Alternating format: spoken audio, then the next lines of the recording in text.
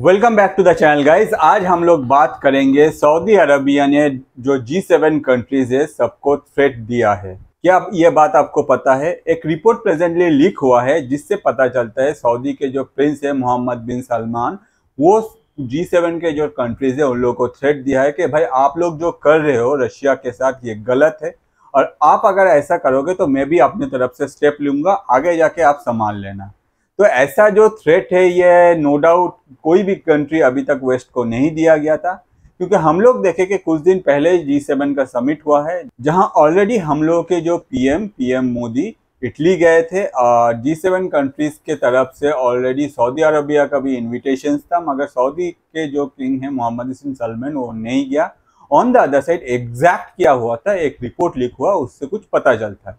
तो इसमें कहा जा रहा है कि रशिया के जो अगेंस्ट में जितना भी सारा कंट्रीज है, स्पेशली अगर हम लोग देखें कि ये वेस्टर्न जो कंट्रीज है मेनली यूएस और उसके साथ जो उसके चंटू वंटूज है, साथ ही साथ ये जो भी मतलब G7 के कंट्रीज है, most of them are against Russia.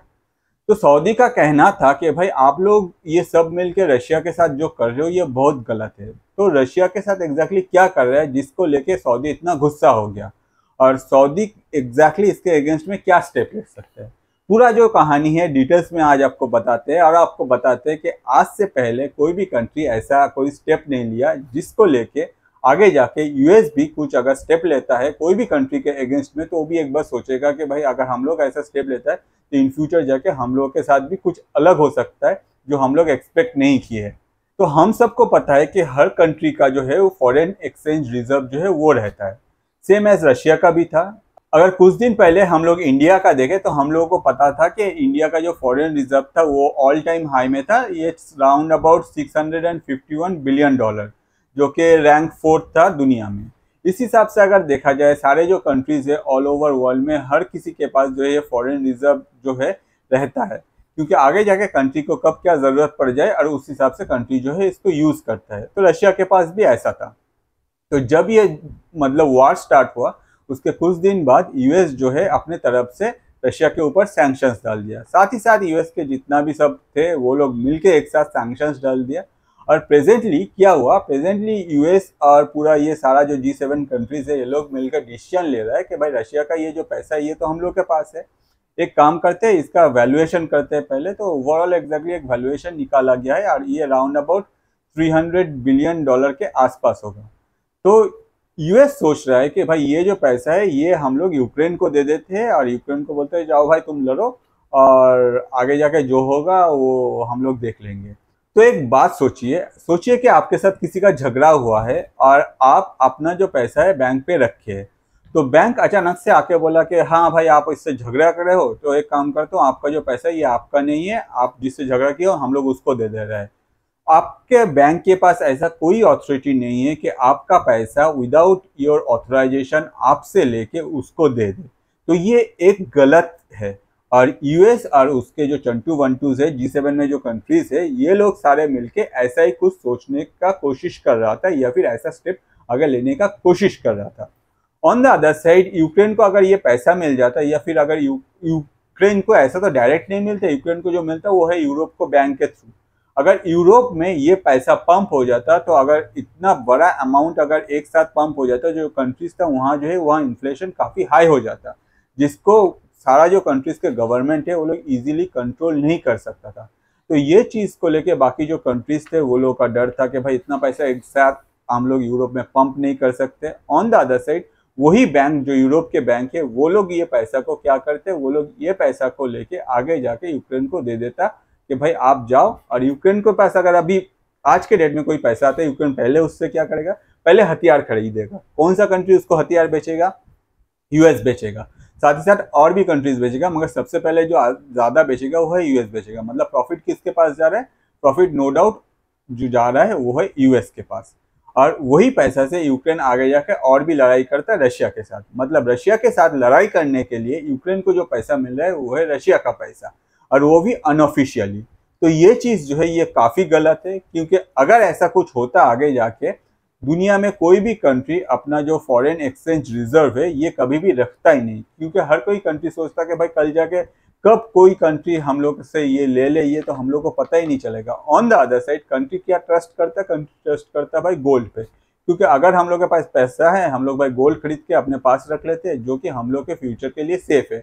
On the other side अगर ऐसा कुछ पैसा हम लोग रखते हैं तो दूसरा कंट्री कब इसको हड़प कर जाए, कुछ भी लॉ लगा दे या फिर कुछ भी बोल दे हड़प कर जाए, तो आगे जाके हम लोग का जो कंट्री का हालत होगा ये बहुत गलत होगा। मोहम्मद बिन सलमान अपने तरफ से पहला स्टैंड लिया और बोला G7 कंट्रीज को कि ये सब करना बंद करो, ये बहुत गलत है जो तुम लोग रशिया के साथ कर रहे हो, और तुम लोग अगर ऐसा कुछ करोगे तो आगे जाके मैं क्या करूंगा, जितना भी वेस्टर्न कंट्रीज का जो डेप्ट है वो सारा डेप्ट को मैं जाके पब्लिक में बेच दूंगा। आगे जाके तुम लोग जो है अपना कंट्री को संभाल लेना कि अपना कंट्री का जो हालत है वो क्या होने वाला है। ये सोचने के बाद यूएस का ये जो मतलब सोच था कि भाई रशिया का जो पैसा है उसको ऐसे ही लुटा देते, इसमें यूएस थोड़ा सा रुक गया। यूएस सोचा कि भाई आगे जाके अगर सऊदी अरबिया ऐसा कोई स्टेप लेता है तो उसमें बहुत प्रॉब्लम हो जाएगा जो उसके चंटू बंटू का जो डेप्ट था वो, क्योंकि बहुत सारा कंट्रीज लाइक फ्रांस, जर्मनी और भी वेस्टर्न कंट्रीज है जिन लोगों का जो डेप्ट है वो ऑलरेडी है, और वही डेप्ट जो है वो अगर ओपन मार्केट में आगे जाकर सऊदी सेल कर देता है तब वो जो कंट्रीज है उन लोगों का प्रॉब्लम हो जाएगा। तो ये सोच के यूएस जो है ये थोड़ा सा रुक गया, ये बोला कि भाई हम लोग ऐसा नहीं करते। ऑन द अदर साइड ये दुनिया में पहली बार हुआ है कि मोहम्मद बिन सलमान इस तरह से पुतिन को प्रोटेक्ट किया है या फिर रशिया को प्रोटेक्ट किया है।